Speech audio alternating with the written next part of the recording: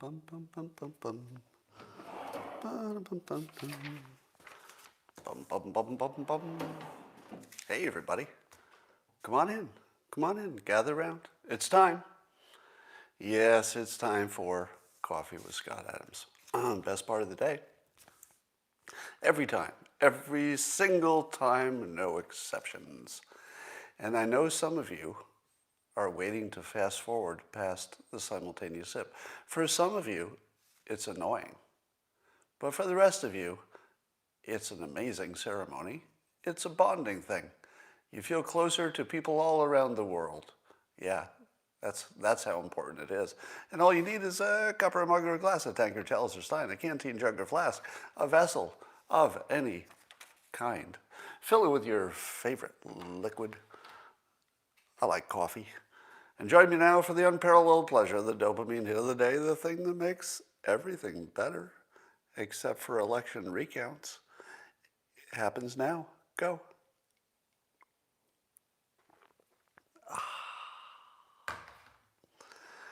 I can feel the election getting more accurate every moment. All right, let's talk about all the things. Many things are happening, and we shall discuss them. I guess the Border Patrol seized enough fentanyl at our border to kill 200,000 people. That's right. There was enough fentanyl in one shipment to kill 200,000 people. Of course, it comes from China. And I would like to reiterate my call for ending relations with China until they execute their fentanyl dealers. Now, China knows who their fentanyl dealers are. We have named them. They know who they are. They know where they live, etc. And apparently, they're allowed to be operating continually without any penalty.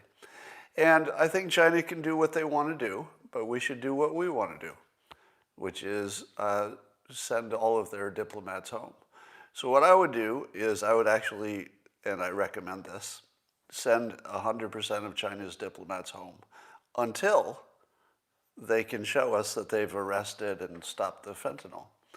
And if after 30 days, give them 30 days to do that, send all their diplomats home after 30 days, and then wait another 30 days. And if they still haven't corrected that, should send all of their students home. So I don't know how many students are physically attending college in the United States during coronavirus, but we should just send them all home, just every one of them. And don't make it personal, because it doesn't have to be. It's just business. If you're sending us fentanyl, we're sending you back all of your diplomats. If you continue doing it, we'll send you back all of your students. We don't want to. It's not our first choice, but it's not like they're giving us much choice. And it would be extra delicious for President Trump to bind Biden to whatever Trump does before he leaves office with China. How in the world are we ever going to trust Joe Biden to negotiate with China? It doesn't even feel like a thing, does it? Is there anything that Joe Biden could negotiate with China that would make at least half of the country say, oh yeah, that looks like a pretty good deal? I think Joe Biden pushed them as hard as he could. Probably got the maximum deal that you could get out of China. Literally nobody will think that. And half the country will think it's treason.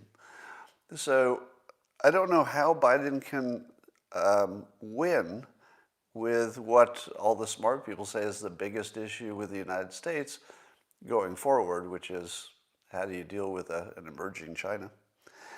So we'll talk about that a little bit more.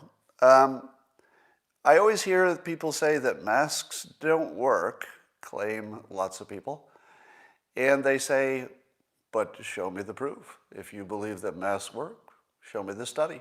Oh, there's no study? Oh, Scott, you don't have any studies. Oh. So this morning there was a study showing that masks do work, according to one study. Now, if you watch my periscopes or my live streams on YouTube, you know that I always warn you that studies Studies, even studies that look like they're well done at first, maybe 50-50 chance that they're real. At most. I would say when you hear that a study proved whatever, it's sort of a coin flip. A study proved maybe 50% likely that it could be reproduced. But the study says masks work, and the way they looked at it was they looked at people who were handling coronavirus people. They looked at people who wore masks. They compared them to the people who did not, to which I say, wait, there were people handling coronavirus who didn't wear masks? What? So I don't know how you get that group of people who didn't wear masks, but apparently they exist, and they studied them, and they found that the people who didn't wear the masks had substantially higher infections. And again, it's one study, 50% chance that any study is true.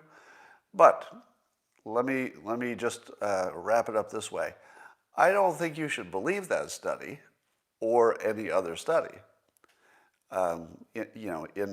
In isolation, you need a body of work before you should believe something.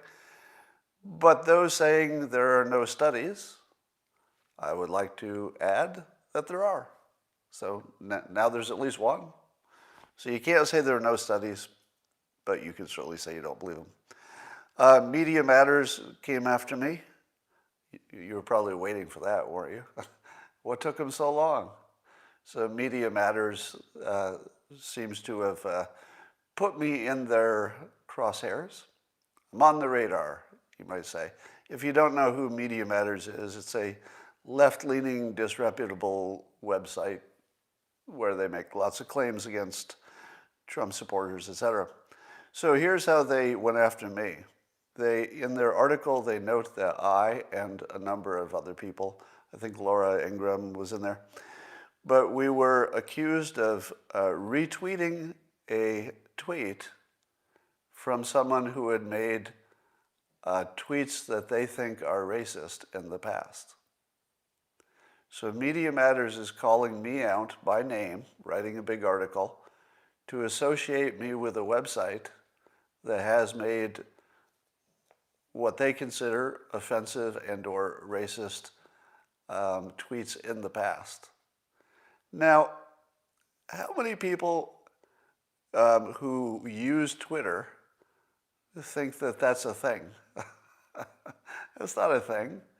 Yeah, I think Media Matters is confusing Facebook with Twitter. Let me explain this to Media Matters.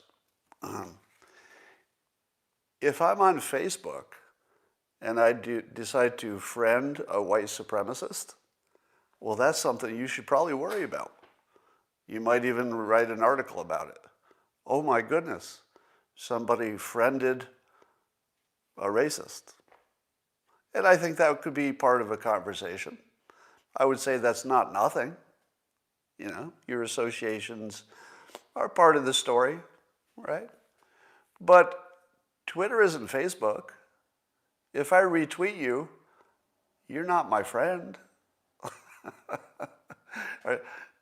If you retweet content from somebody's Twitter feed, you're not really becoming their friend. It doesn't have that meaning. It's just the content. So the way that Media Matters turns a nothing into a something is by assuming that people don't use Twitter enough to understand that retweeting something doesn't mean anything. It has no meaning. It doesn't mean it doesn't mean you researched the original tweeter. It doesn't mean that. It means you looked at the content and you said, oh, that's some content that my followers should see or might like. That's it. That's the Twitter model. You do not acquire the reputation of people you retweet. And let me explain it this way. If you acquired the reputation of the people you retweeted, how could you even understand your world? It would mean everybody on Twitter who's retweeting, they're acquiring everybody's reputation, and you wouldn't know who anybody was at that point. Let me tell you what percentage of people I retweet who I would consider horrible in at least one way, okay? So if this site I retweeted has some bad retweets in their past, let's say for my conversation that they're horrible in at least one way. That doesn't mean they're mean to pets, right?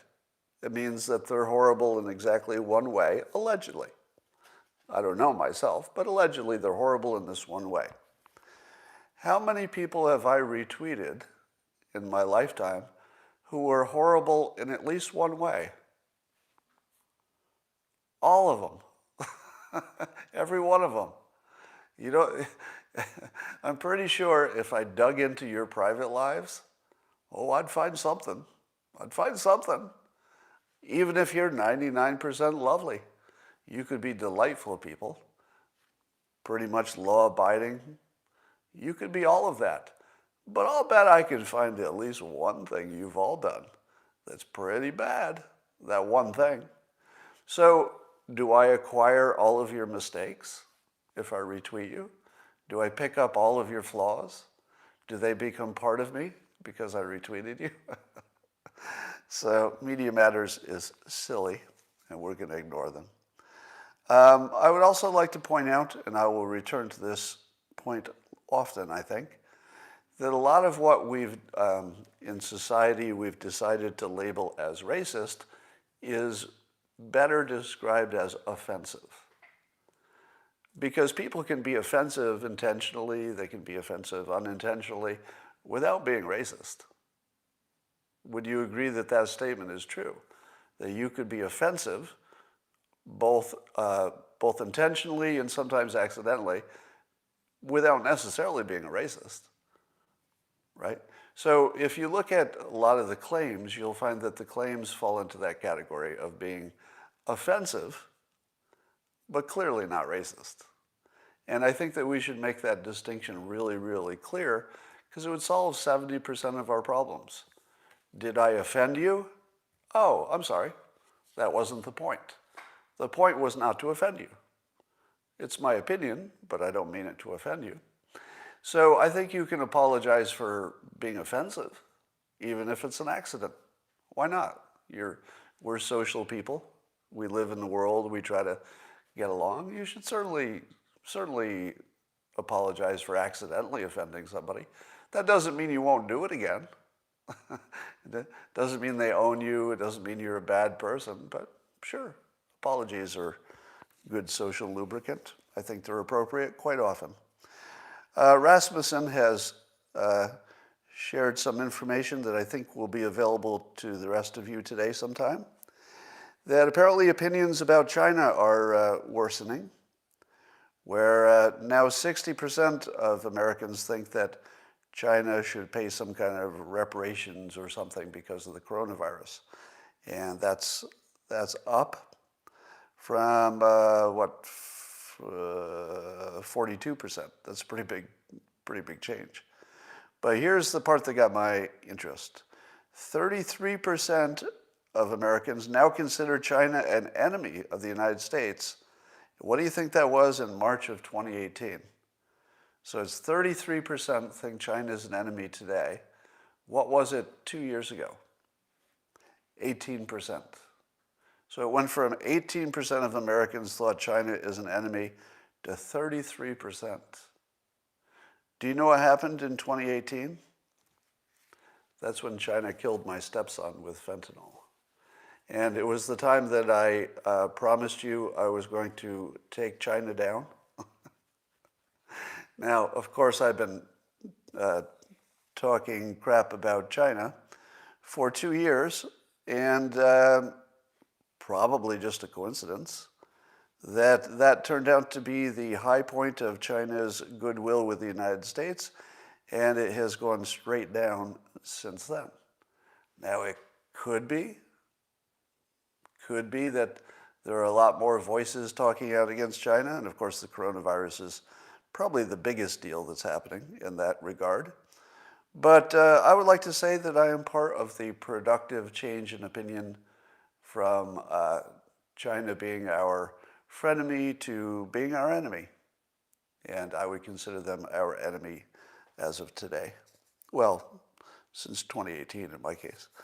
All right. Black Lives Matter co-founder, has made it clear to Biden that Black Lives Matter expects something because they say that they helped to get the black vote for Biden and they want something in return. They want something in return. But luckily, Joe Biden is no President Trump.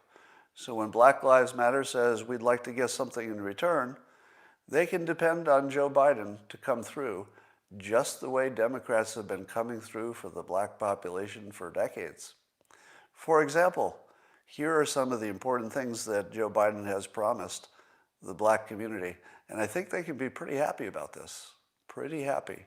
Because you'd think, hey, I wonder if the Democrats will once again make promises and do basically nothing. Unlike President Trump, who literally promised nothing and did a whole bunch of things. Everything from the Platinum Plan to special opportunity zones and funding the historically black colleges, to prison reform. So the president, he didn't promise anything. He said, what the hell do you have to lose? That's as little as you can promise. That's no promise. And he delivered what even his critics grudgingly say, okay, got to admit, that's a lot of stuff.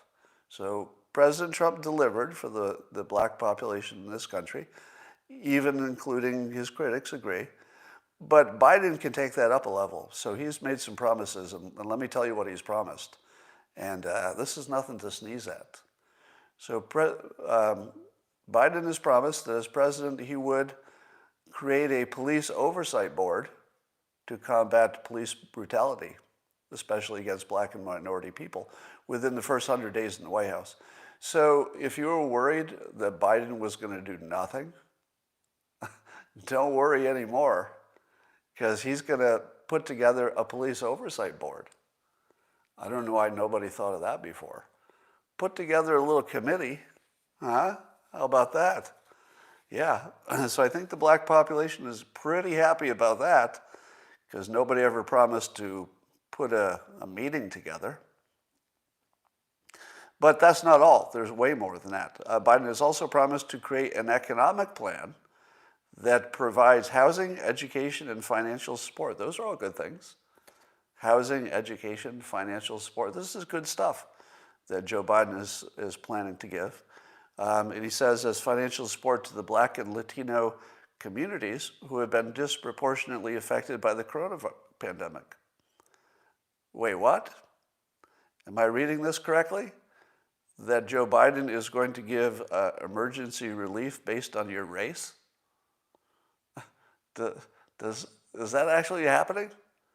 Joe Biden decided that your race would determine how much emergency support you get? Isn't that the opposite of what a president should do?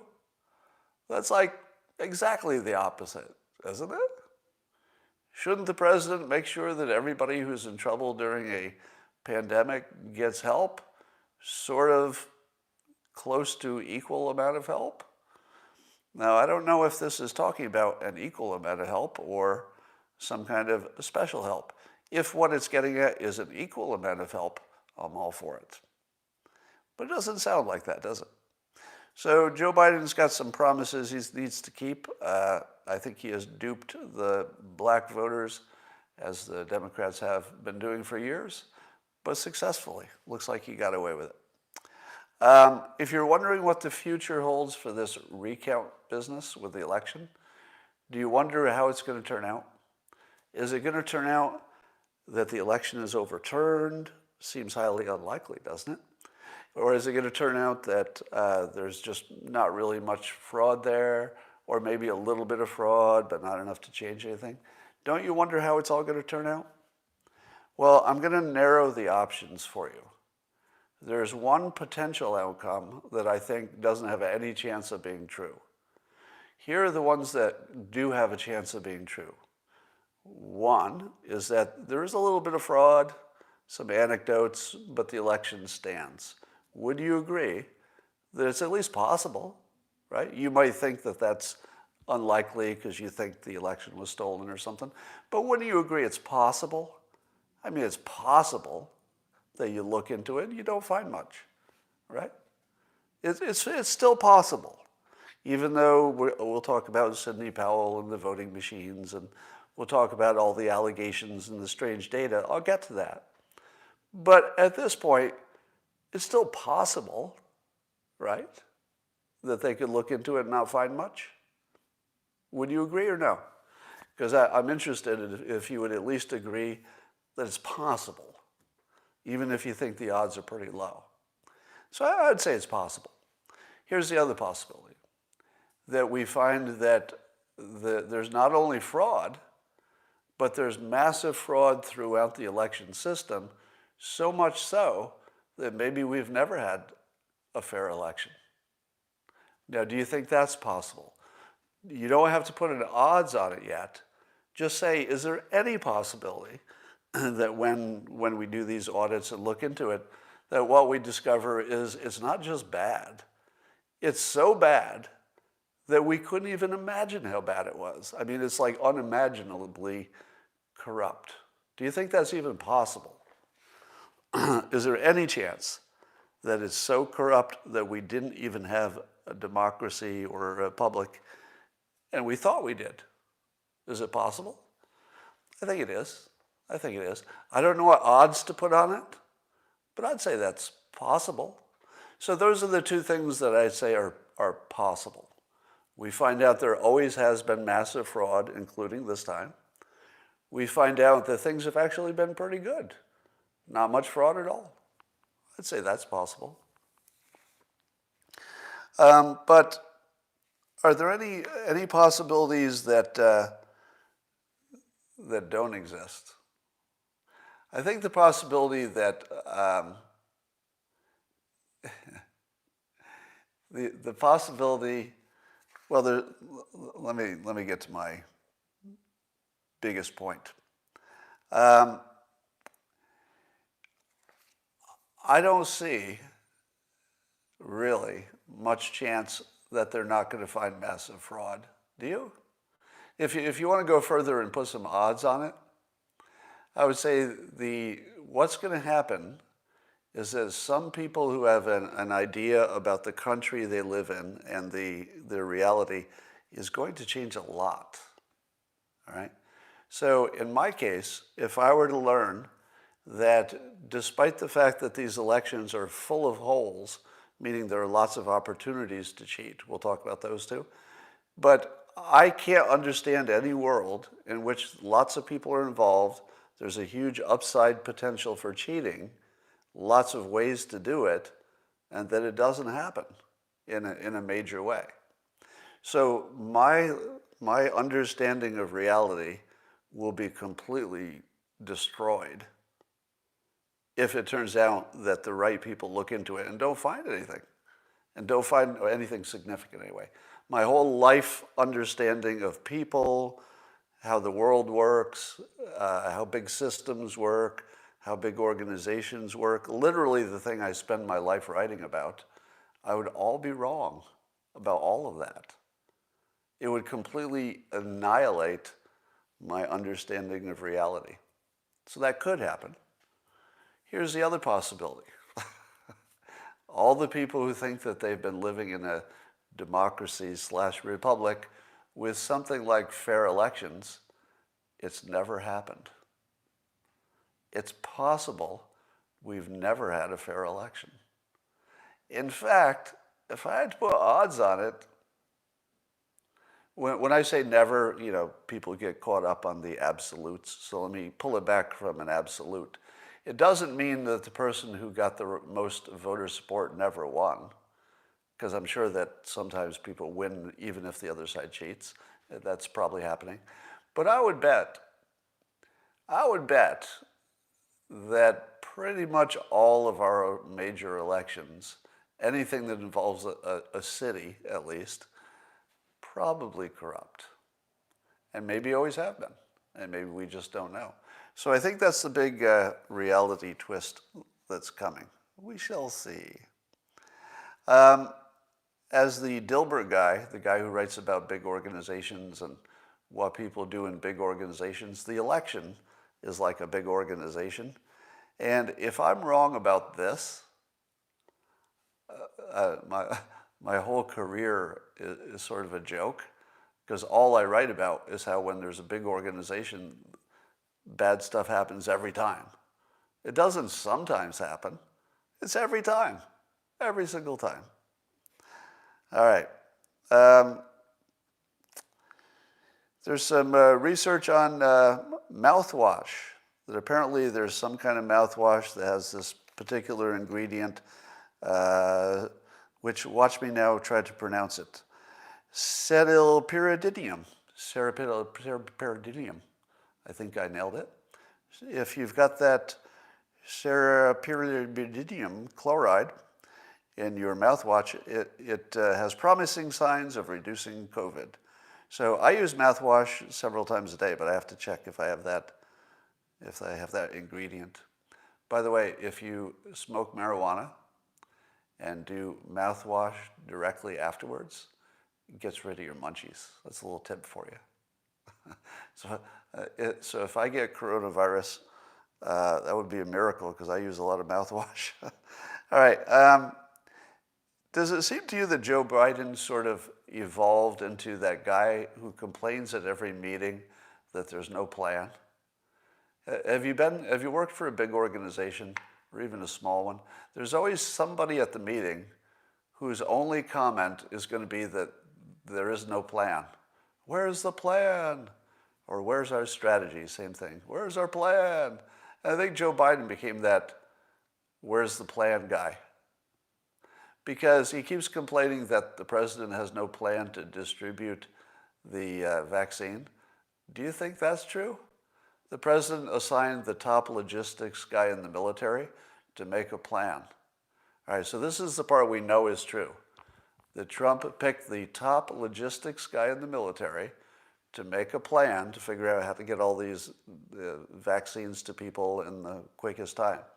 Joe Biden says there's no plan. Which of those do you think is true? Do you think if the top military guy who's in charge of logistics, and he's literally charged with saving the country, that's his job? The guy whose job it is to get those vaccines to people, he's saving, how many lives will he save if he does a good job? So Joe Biden thinks that guy isn't doing it. Right? That's what Joe Biden says, there's no plan. I got a feeling that if you assign a logistics job, the most important one in the country, there's nothing else going on that's that important for logistics, is there? Nothing even close. So it's the most important goal given to exactly the right person, the logistics guy, in the military. It's the military. This isn't Wall-E. It's not like you give an assignment to somebody in a cubicle and they tell you a week later they were busy and they didn't get around to it. It's the military. When the commander-in-chief tells somebody in the military to give me a plan for logistics, I'm pretty sure they're making a plan. Just because Joe Biden hasn't seen it, that doesn't make it not a plan. I think it's hilarious that Kamala Harris is getting security briefings because she's a senator, but Biden is not. So you already see it happening, that Joe Biden is already being left out of decisions. Not exactly, but you can see like the first hint of it. Oh yeah, we're giving security briefings to Kamala Harris, but there's a reason. It's not because Joe Biden isn't the real president. We have a reason. It's because she's a senator, and he's not an elected official, so the president has to give him that authority, and he hasn't. So it makes sense, but I'm kind of wondering, will we see other examples in which the vice president knows more than the president-elect? Joe Biden is also what I call the angry, obvious guy. He likes to say obvious things that just don't have any new information in them. It's just obviously what anybody would do. But if he says it with an angry, condescending voice, he sounds like a leader. So let me give you an example. Here's one of his tweets, and I'm going to read it two different ways. One is the way a normal person would talk, all right, and then I'll give you the Joe Biden angry, obvious guy talk, okay? So here's without any effects. His tweet said, "Right now, Congress should come together and pass COVID relief package like the HEROES Act that the House passed 6 months ago. Once we shut down the virus and deliver economic relief to workers and businesses, then we can build back better than ever before." Sounds reasonable, right? Completely reasonable thing. Democrats want a relief bill. Republicans want a relief bill. We all understand it could be important to getting our economy going. A very reasonable tweet, wouldn't you say? But if he were saying this in person, he would do it in angry, obvious guy voice to make it sound more leaderly. And it would go like this: "Right now, Congress should come together and pass a COVID relief package like the HEROES Act that the House passed 6 months ago. 6 months ago, people. Folks, 6 months ago they passed, and nothing. And once we shut down the virus and deliver economic relief to workers and businesses, then we can build back better." See how that turned into leaderly talk just by getting angry and excited about ordinary words? He does that well. All right. I tweeted humorously that reading Twitter lately about all the election fraud techniques, it's like getting a prison education. If you had asked me 2 weeks ago, "Scott, can you name all the ways that an election could be rigged?" I would say, "Well, I haven't thought about it, but if I'd make a list, let's see, I'll make a list. I got 2 or 3 things that would be ways to rig an election, but I feel like now I have a lot of them." If you ever want to throw an election in a third world country and you're wondering what technique to use, you could just ask me, because I picked up quite a bit of technique in the past couple of weeks. Let me give you a few examples. And let me say that these are techniques which are alleged. If you ask me, they all look a little sketchy, because if it's really this easy to cheat, then people have some real big surprises coming. So I'd like to think that it's not really this easy, but here are the allegations. One of them is you could take a pile of ballots, let's say for one candidate, all the votes are for one candidate. You can feed it into the counting machine and then just pick up the ballots and feed them through a second time, or a third time, or a fourth time. Now, it is alleged that that's a real thing. Somebody says they saw it happen. But there's a part of me that says, really? Really? The system is so insecure that you can just take the same bunch of ballots and just feed it through a second time? And nobody catches that? Now, I have a little bit of trouble believing it's true, because it feels a little too easy. But it's alleged. How about this one? Dead people voting. That's probably universally true, but I doubt that dead people alone will be some kind of a big change to our election outcome.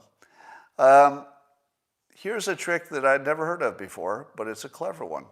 When unsolicited ballots are being mailed out, they just send a whole bunch of extra ballots to Democrats, and they send Republicans one.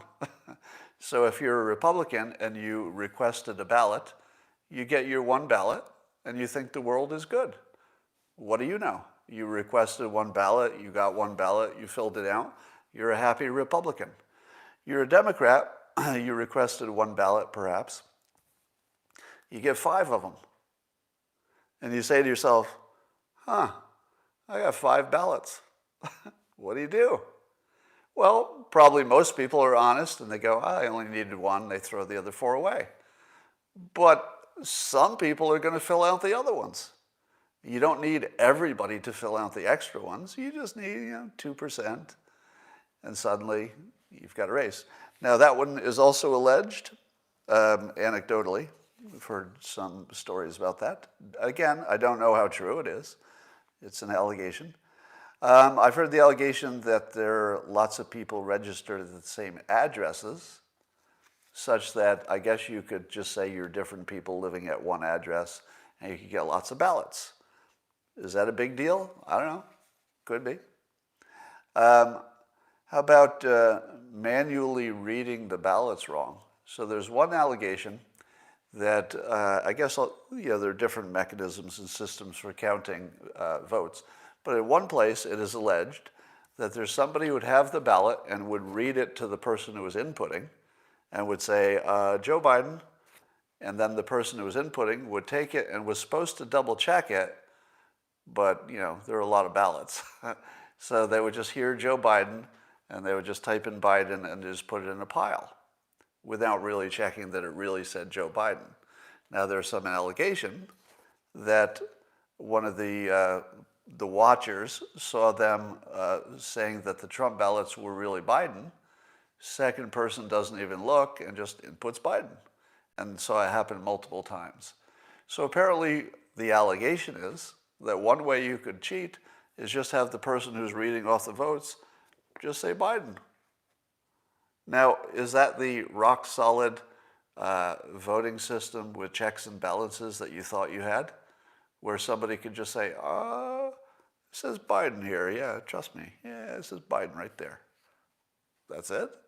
You can actually cheat that way? Are you kidding me? All right, here's another way I heard. And again, I don't know if any of these are real. These are just allegations. I've heard that, I think this was a Philadelphia story, if I remember correctly, about somebody asking whoever was running the polling station, who should we talk to drop off the blank ballots. So one way is just deliver pallets of blank ballots when it's time to put your candidate ahead. And all right, so here's another one. Turning off the signature matching. So apparently there's electronic signature matching. Who knows how well that works? I don't know. Can you really electronically match a signature? Is that even a thing? But let's say it is a thing. But you could just turn it off. You could just go to the machine and go, turn it off. And then every ballot goes through, when normally lots of them would get rejected. Lots of them might be 3% as opposed to 0.03%. But you could just turn it off. But you could also turn down the sensitivity because you've got a lot of work to do. You don't want to be checking everything just because the machine told you to. So you could just turn down the sensitivity. Did you know that? You could probably dial the winner of the election just by how sensitive you made the signature check. It could be that easy to throw an election. Just go in there and go, let's take 20% off the signature sensitivity checking. Might be enough, right? Now, again, I don't know that this happened. These are all just allegations. And all the allegations are equal until they're not, meaning that they're all unproven until they're proven. And then, of course, I haven't even mentioned the software system, the Dominion systems. So if you have software, you have a million different ways. Somebody says there's proof that there's no cheating because Scott did not do this in 2016. Well, if the person you didn't expect to get elected gets elected, you should check. Don't you think you should check into that? So if somebody had made the same claim in 2016, and I don't remember it being made, but if somebody had, well, I would have taken that seriously. Are you telling me that I would believe that no Republicans had ever tried to cheat in an election? How can you be seriously even considering that? Of course. You have to assume that both Democrats and Republicans have cheated at elections, at whatever scale, I don't know. But you have to assume it's both. So if there had been those accusations in 2016, I'd probably treat them the same way I'm treating these, which is, well, the allegations are just allegations. Should they be, proven through the correct mechanisms, I will treat them as facts. But if the allegation had been made in 2016, I definitely would not have ruled it out based on it being impossible on face value. I wouldn't have done that. Scott said about rigged in 2016. I don't know what that comment is. There's a whole industry of people rummaging through my old tweets and statements to try to find an inconsistency. It's a weird thing about being a public figure. It happened, even this morning. Somebody produced some tweet that they imagined was inconsistent with something I say now, but isn't, of course. All right. So Sidney Powell, as you know, super lawyer, is making some really strong allegations about this software. And it's almost so crazy that you can't even describe it. But apparently the allegation is that she has a whistleblower, a high-level military person, but I don't know military of what country, she doesn't say, but somehow was present or had close personal knowledge of this same software that we use for our elections being originally created for Chavez in Venezuela for the purpose of throwing an election. So the allegation is that it's designed to throw elections. It's not designed just to count elections, that it's specifically designed to cheat on elections. And that it was used in Venezuela effectively, and other countries, I think, effectively, and that now that same software, which is made, allegedly, to throw elections, is the one we're using. Now, here's the thing. It's easy to believe small allegations, isn't it? If somebody says, oh, somebody stole a loaf of bread, it might be true, it might not be true, but it's easy to believe. It's easy to believe a person could steal a loaf of bread. But when you say something as big as this, that the entire election system of the United States, the greatest alleged democracy in the history of civilization, that our voting system is completely fraudulent, just completely fraudulent, as in whoever has access to this feature that changes votes is the only person who gets to determine the election. That is such a big claim that your brain can't process it. And that's the problem. The problem is that the claim is too big. Well, I hate to make analogies from Hitler, but isn't there a Goebbels or whoever it is, quote about the bigger the lie, the more easily it can be believed. So the big lie in this case is that the election it's fine. It's all secure. Software is not a problem. Who could hack software? So that's the big lie, that there's no problem with the elections. And when you hear this allegation, it too is so big that your brain can't even process it. If tomorrow this story went away, you would probably just stop thinking about it.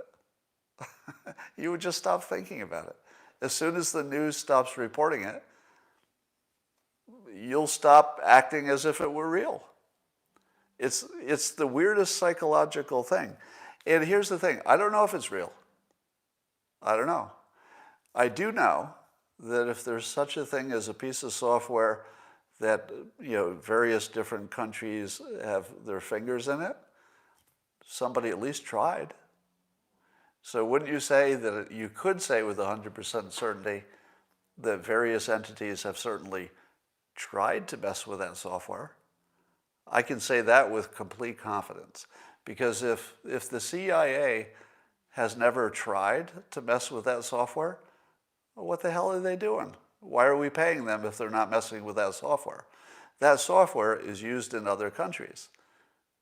Our intelligence services, probably like every other intelligence service, is looking for ways to influence other countries. Of course, look at their elections, of course.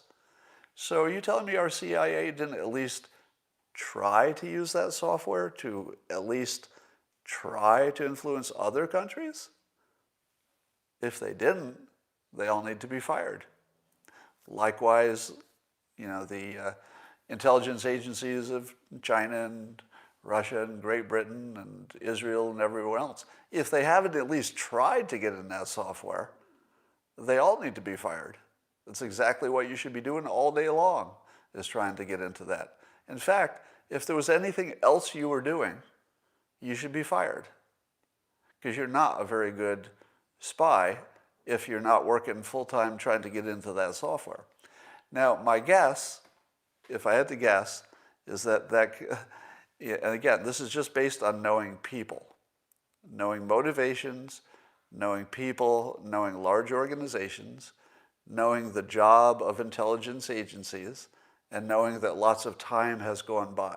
So just knowing those assumptions, here's what I believe. That the software has not only been penetrated by bad entities, but probably multiple. So, for example, there are probably more than one employee by now who's been placed in these voting system companies that are actually just agents of foreign companies, foreign countries. Wouldn't you say that the odds that they've at least tried to get people that they can influence on the inside, 100%. They've at least tried. So by now, since lots of time has gone by, almost certainly they've succeeded. And I would say the same thing about these social media platforms. The social media platforms by now should be completely penetrated by all the major intelligence agencies, or at least they've tried. I would imagine they've succeeded by now. So to me, it's almost unimaginable that the right people haven't tried and had enough time to make a difference in any kind of a system. So it's not an allegation about specifically Dominion or specifically anybody. It's just when you have that set up, it can only go one way. It's not like there are two different ways that this goes in the long run. In the long run, the intelligence agencies, of course, will take control of voting systems. They have to. It'd be crazy for them not to. That is their job. Lynn Wood, who's also working on this issue, working on the Georgia recount, this is a guy who does defamation lawsuits for a living, and he said this in one of his comments. And he said that he's very careful about defaming people in public because it's what he does for a living, is defending people who got defamed in public. And he said still that he's willing to say in public that the governor of Georgia is crooked and that the election was stolen. That is pretty direct, isn't it? Now, do you think that's true? Do you think that Lynn Wood, with all the connections that Lynn Wood has, would know for sure whether Georgia is a corrupt political situation? Do you think he'd know? Now, whether he could prove it or not is the separate question. But do you think just as a person, do you think he knows? I feel like he probably does, because there probably aren't too many people who have more access to, behind the scenes and how things really work than a high-powered, government kind of lawyer. So I think Lynn Woods probably knows, but I'm not going to make an allegation because I don't want to be sued. But he's somebody who would know, and that's a pretty direct allegation. So I think what you're going to find, and here's the big red pill that the country is getting ready to take. If I had to put money on it, and I did actually, so let me correct that. I did put money on it. So I do have bets that we will discover that the election is fraudulent. Now, the bet is in the form of thinking that some of the states will be reversed. So I've got some bets about some of the states being reversed, which would indicate fraud. All right, so here's what I think. I think that the country is going to learn that our entire voting system is corrupted. And when I say the entire system, I don't mean, oh, it's just the software. Nope. I think we're going to find it's literally everything. I think it's going to be soup to nuts. I think we're going to find the software is completely corrupted. I think that we will find that the physical ballots are completely corrupted. And I think we'll find that whoever does the counting and the way they organize the count is completely corrupted. My guess is that it is corrupted from top to bottom and really corrupted. And I think that what this country needs is some kind of a government in a box for the local part. I feel like the country needs some kind of a federal option where you can go to the people in the town and say, all right, Detroit, just picking Detroit to pick on for a moment, you citizens, we're going to give you a federal election that will not be managed by your locals. And this federal election will ask you one question. Would you like a government in a box for 2 years? I'll just pick a random time. If they say yes, and the federal government does the election, not the locals, if they say yes, the federal government comes in, and for 2 years, they replace the entire local government. So all of the corruption and the bribes and everything stop because there's nobody to bribe anymore. It's these federal people, government in a box, and they're not going to stay that long. And then it cleans everything up, sets up a credible government, and then takes off after 2 years. I feel like we might need it. I can't say that's a well-developed idea, so there might be some problems with that. But it looks to me like as long as the cities can throw the national elections, and it looks like that's what's happening, city government's doing that, the locals, I don't know how we can have a good government. So we almost have to be able to have some mechanism to dismantle corrupt city governments. According to Lou Dobbs, the FBI is looking into the election, but we don't know about that. If the FBI is looking into it, that would suggest they have at least enough evidence to look into it. Newt Gingrich agreed with my tweet, and as did others. I asked the question, why is it that it's not considered a hate crime when Trump supporters are attacked for simply being Trump supporters? Shouldn't that be a hate crime? And I'm told that it's not a hate crime because it's not called out as a protected group. But apparently I'm not the only person who thinks that it should be. And to me, that's a no-brainer. Because if you're attacking somebody for their political opinion, a completely legal political opinion, that's a hate crime. And it's a hate crime because the fake news gets people all worked up to think that they're killing Nazis or something. So it's definitely hate involved. Here's a fake news story of the type we see all the time. It's reported by, let's see, the New York Times reported this. They're reporting that Trump asked his senior aides what possibilities he had for an offensive strike on Iran's primary nuclear site. Now, if you see that story, you say to yourself, oh, wow, the president wants to attack Iran, right? That's how you would interpret it. If he's asking his aides about options for attacking Iran, your brain processes that as, oh, it looks like Trump wants to attack Iran. But these stories are all so illegitimate because if you're the head of the military, you should be asking this kind of question just routinely. You should always ask, what are my options? And if you're talking about Iran, one of the options is always attack. If you're the commander-in-chief of the United States, shouldn't you always be checking in to find out what your military options are for an active topic like Iran? Do you think that the Israeli military, do you think Netanyahu has never asked his military what options they have for attacking Iran? Of course he has, which doesn't mean he's planning to do it next week.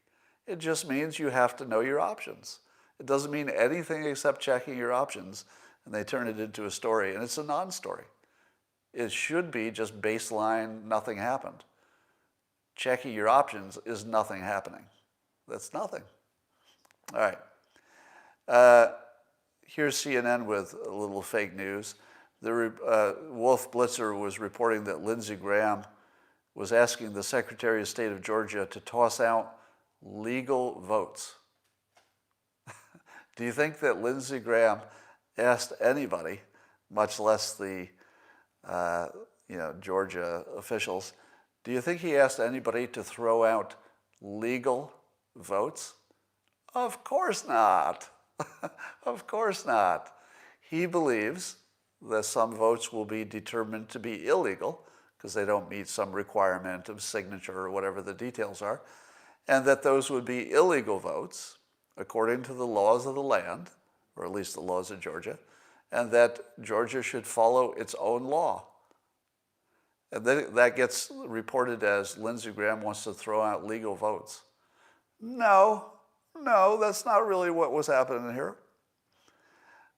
Here was an interesting story.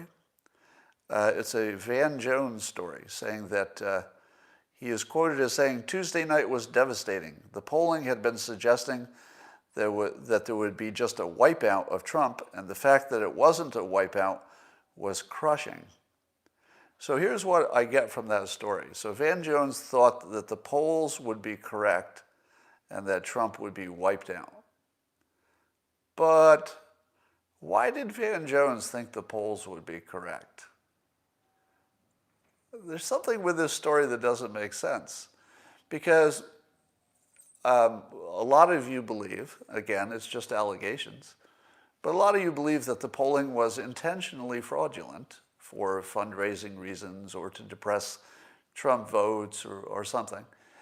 Why didn't Van Jones think that? Why is it that you thought from all last year, you thought the polls were fraudulent, but why didn't Van Jones think they were fraudulent? Because based on his answer, I think he really thought they were real. Why? Why do you think they were real? Well, here is my assumption. He wasn't in on the steal. So don't take this too seriously. But if you imagine that it was all coordinated, then you imagine that the fake polls were coordinating with the people who faked the election so that the polls, somehow they'd all be on the same team. But I don't think anybody talked. I doubt that any election fraud was so widely coordinated that there were meetings and Zoom conversations and stuff like that. I think just everybody knew what they needed to do. I think that the people handling the software, if they saw an opportunity, they took it. The people handling the ballots, if they saw an opportunity, I think they took it. I think that's all it is. But so many of them took it that now Biden's vote total is 79 million. And one of the things that critics are saying, critics of Trump and his supporters, they're saying that there's no evidence that the election was stolen. To which I say, define evidence. Because I would acknowledge that there's no proof. My understanding of how systems work is that, let's say in the legal system, if there's evidence of a crime, then you start the legal process. If that evidence does not turn into proof, well, then the person is innocent. But you don't say there's no evidence just because you couldn't get a conviction. There's plenty of evidence. You know what the evidence is? 79 million votes. That's a lot of evidence. Could it be that there's another explanation? That it was just a really high turnout and Biden got a lot of votes because people really didn't like Trump. Is that possible? Yeah, of course. That's possible. But the evidence would suggest there's something up because it's a pretty big coincidence.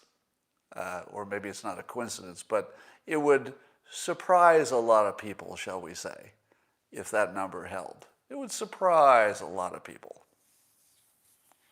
All right. Somebody says the vote count doesn't matter because it's electoral college. It does matter in this limited context of figuring out if the vote itself was real or fake. Because the total number of people voting, that certainly would suggest there's something going on here. Especially when you compare it to the size of Biden's rallies. If you look at the strength that people wanted him to win, he just didn't have the energy that would suggest 79 million people showed up. It just doesn't make sense. So I would say there's plenty of evidence. What there isn't yet is proof, but there will be. So I think that the world is going to get a little bit unraveled this week, because you're going to start to see the good stuff, the actual valid stuff that holds up and looks credible, and you're going to see it soon, probably all this week. So that's really going to change stuff. Now, one of the things I was worrying about when President Trump brought Dr. Scott Atlas into the office and put him on the Corona Task Force, I thought that I would eventually be confused with him, and sure enough, I was. So I tweeted an article that calls him Dr. Scott Adams.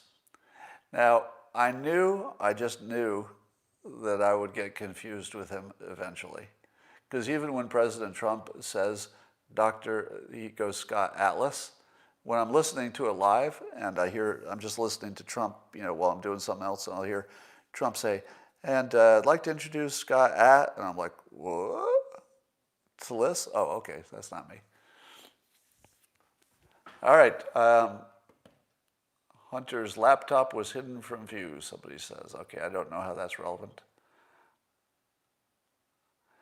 29 states will be forced into a hand recount, some people say. Perhaps. We shall see. All right. I'm going to say goodbye to Periscopers. I'll talk to you tomorrow. YouTubers, still with me? 6.9 thousand. Wow. There's a lot of you here today. Scott, would Trump bluff this long if he had nothing? He might. He might. Just because he doesn't like to lose, maybe it keeps the issue alive. He might. But I don't think, the thing that surprises me is watching the attorneys. I don't think you would see Lynn Wood or Sidney Powell or any of the lawyers. I don't think you would see them make such specific, dangerous claims unless they knew something. Rudy Giuliani. You could maybe imagine that Rudy Giuliani was, the president's guy, so maybe you could see him using a little hyperbole, but you don't really see the other lawyers necessarily buying into that. I don't feel like Sidney Powell or Lynn Wood would throw away their careers making this kind of claim unless they knew there was some meat there. Slaughter meter is 97%. 97%. The other thing we keep learning is how many interconnections there are. How many people are connected to one thing and also connected to another thing and connected to voting. It's pretty scary. Somebody says, Catherine says, I feel like China is involved. Well, again, why wouldn't they be? Why wouldn't they be? They can send us fentanyl by the boatloads and coronavirus and bad trade deals and steal our IP and nothing happens. Why would they not try to ruin our election? It would make sense for them to try. What is the slaughter meter? So the slaughter meter is a momentary, it's a slice of time that says how the election will go. And at 100%, it would say that Trump is 100% going to be reelected. Now, I think the slaughter meter has to be revised. I think that we will learn the election was stolen. That's my prediction. I think we will learn the election was stolen, but the mainstream media has the power to make that disappear. And I think that's the way it's going to go. So I think that we will know that the election was stolen. Historians may record it that way, but that Joe Biden will probably take the office because the mainstream media will just say, oh yeah, he won. And it just doesn't matter if it's not true. They'll just say he did, and then he'll take the office. All right. What would happen if Trump retook the White House in terms of riots? Well, there would be great civil unrest. And so one of the plays that Trump has available to him is to win the election and then resign. Resign, put Pence in charge, have Pence pardon him for everything, and then start a media platform and really have some power. I got to tell you, it's a lot more fun criticizing things than it is defending things. So, yeah, if Biden takes office, you also would be heading toward Republican control of Congress fairly soon. What about the phone calls? I don't know any news on phone calls. All right. That's all I got for now, and I will talk to you tomorrow.